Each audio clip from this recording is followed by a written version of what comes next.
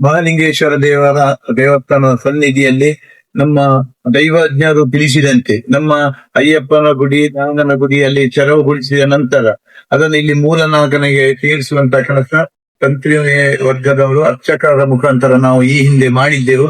ಅದರಂತೆ ಈ ಸಲ ನಾವು ಇಲ್ಲಿ ನಮ್ಮ ಮೂಲನಾಗನಲ್ಲಿ ನಾವು ಹಾಲಿನ ಅಭಿಷೇಕ ಮಾಡುವಂತ ಕೆಲಸ ಮಾಡಿದೆವು.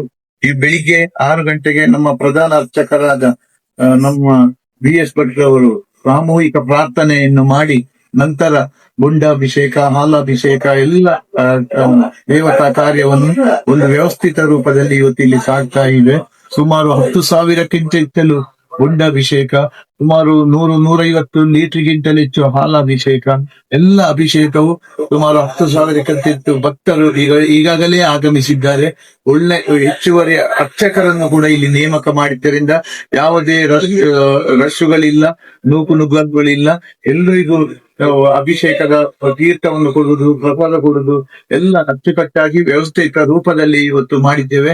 ಭಕ್ತಾದಿಗಳು ಬಹಳ ಸಂಭ್ರಮದಿಂದ, ಸಡಗರದಿಂದ, ಸಂತೋಷದಿಂದ ಇಲ್ಲಿ ಅಭಿಷೇಕ ಮಾಡಿ ಪ್ರಸಾದವನ್ನು ಸ್ವೀಕರಿಸಿಕೊಂಡು ಹೋಗುವಂತ ಕೆಲಸ ಇಲ್ಲಿ ಇವತ್ತು ಆಗಿದೆ. ಅದಲ್ಲದೆ ಇನ್ನು ಮಹಾಲಿಂಗೇಶ್ವರ ದೇವರಿಗೆ ಮಹಾಪೂಜೆ ಆದ ನಂತರ ಇಲ್ಲಿ ನಮ್ಮ ಮಂಗಳ ಆರತಿ ಕಾರ್ಯಕ್ರಮ ನಡೆಯಲಿದೆ.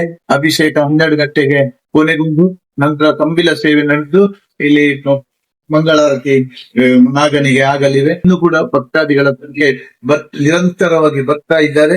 ವ್ಯವಸ್ಥಿತ ರೂಪದಲ್ಲಿ ಇವತ್ತು ನಮ್ಮ ಮೂಲನಾಗನ ನಿಧಿಯಲ್ಲಿ ಅಭಿಷೇಕದ ಕಾರ್ಯಕ್ರಮ ನಡೀತಾ ಇದೆ.